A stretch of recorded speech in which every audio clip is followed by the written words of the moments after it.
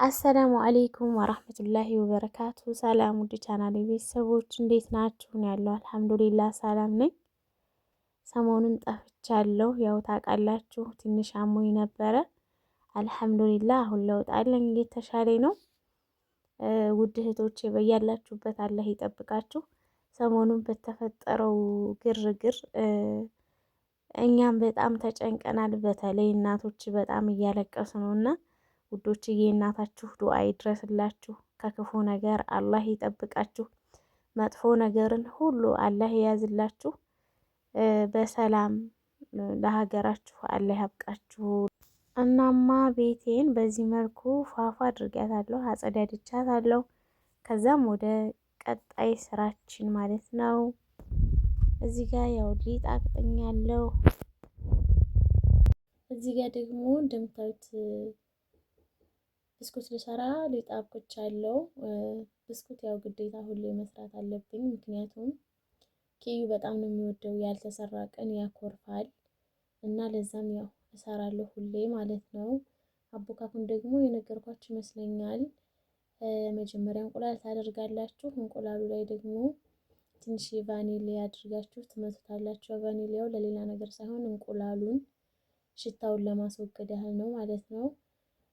ከዛ ስኳር፣ ካሜራ፣ ትንሽዬ ጨው አድርጋችሁ ውሃውን መታችሁ ያው ዱቄታችሁን ጨምራችሁ ማብካት ነው።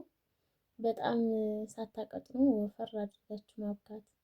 ከዛ ኮፍ ሲልላችሁ እየዳመጣችሁ፣ መዳመጫ ግዴታ አይደለም። እኔ በትሪ ነው ትሪውን ገልብጬ ቂጡ ላይ አድርጌ ዘይት ቀባና በብርጭቆ ደግሞ ብርጭቆውን እንደዛው ዘይት ቀባና ዙሪያውን ትሪ ላይ ዳምጠዋለሁ ማለት ነው። ቅርጽ ማውጫ ምናምን የለኝም፣ በቢላዋ ነው የምቆራርጠው ማለት ነው። በዚህ መልኩ መስራት ትችላላችሁ። እንዳሳየኋችሁ እንጀራ ልጋግር ሊጥ አቅጥኛለሁና ማገዶ ቆጣቢ ይችን ትመስላለች። በትንሽ እንጨት ብዙ እንጀራ መጋገር ትችላላችሁ። አንድ ጊዜ ከጋለ አይበርድም። እናማ እዚህ ጋር በፊት ምድጃ ወጥ የምሰራበት እዚህ ጋር ነበርና በአፈር ደፍኜዋለሁ። ከታች በኩል አድርጊያታለሁ ማገዶ ቆጣቢን ማለት ነው። እና እንደምታዩት እንጨት ፈልጫለሁ። ማንኛውንም ነገር አድርገዋለሁ ካላችሁ የማትችሉትም ነገር ቢሆን ትችሉታላችሁ። ኑሮ ደግሞ ሁሉንም ነገር ያስተምራችኋል እና እንጨት መፍለጥ ለምጃለሁ እላችኋለሁ። ሞሰቤን ደግሞ ትንሽ ውጭ ላይ አውጥቻት አጸዳድቻት ምናምን አስገብቻታለሁ እና ይኸውላችሁ የፈለጥኩት እንጨት ይህንን ያህላል። በዚህ መልኩ እሳቴን አያይዣለሁ። እንጀራዬን ልጋግር ነው። በነገራችን ላይ ይሄ ማገዶ ቆጣቢ በጣም ጠቃሚ ነው። አንደኛ ነገር እሳቱ አይገርፋችሁም ማለት ነው። እሳቱ አያቃጥላችሁም። ሁለተኛ ነገር ደግሞ ማገዷቸውን እንጨት በጣም ነው የሚቆጥበው። እኔ አሁን በትንሽ እንጨት ነው ብዙ እንጀራ የጋገርኩት ማለት ነው። እና አሪፍ ነው እላችኋለሁ ውዶቼ። እናማ እንጀራዬን ጋግሬ ጨርሻለሁኝ። ቪዲዮን ስታዩ ግን ላይክ እያደረጋችሁ።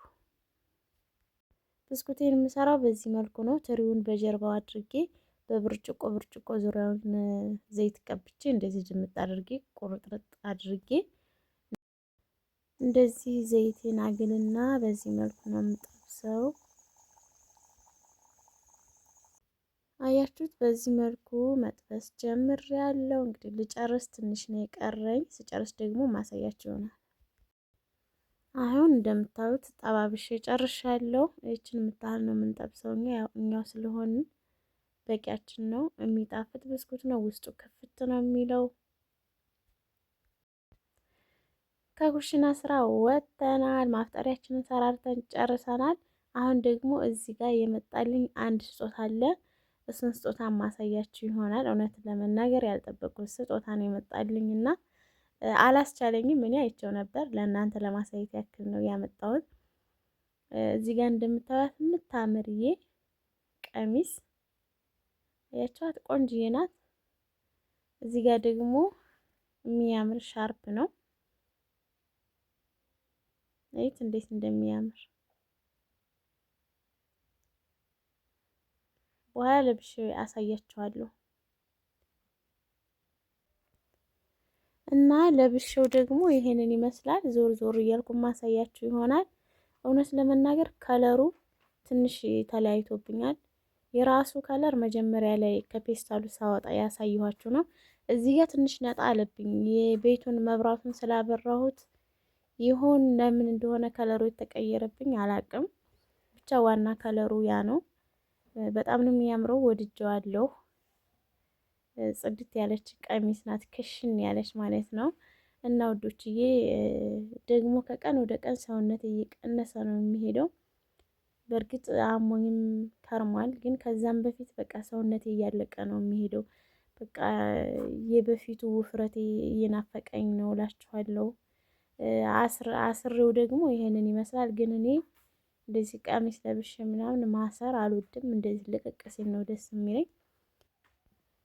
ያው ልብሱ ይሄንን ይመስላል። አሁን እንግዲህ ማፍጠሪያ ሰዓታችን እየደረሰ ስለሆነ የሰራነውን ፍጡር ቤት ያፈራውን በዚህ መልኩ አቀራርበን ጨርሰናል። በሀገራችሁ ላይ ሲሆን ሁሉም ነገር ደስ ይላል። እኔ የዛሬ ዓመት ሳውዲ ሆኜ ስጾም እንደዚህ ያክል እንኳን ፍጡር አግኝቼ አላቅም። የሚገርማችሁ ነገር በጣም ነበር ራብ የሚጫወትብኝ። ብቻ አልሐምዱሊላ እናንተንም አላህ ለዚህ ቀን ያብቃችሁ። አፈጣጥረን ጨርሰን ቡናችን ልንጠጣ በዚህ መልኩ ፈርሸናል። የዛሬው ቪዲዮ ይሄን ይመስል ነበር ውዶቼ። በሌላ በአዲስ ቪዲዮ እስከመጣላችሁ መልካም ጊዜ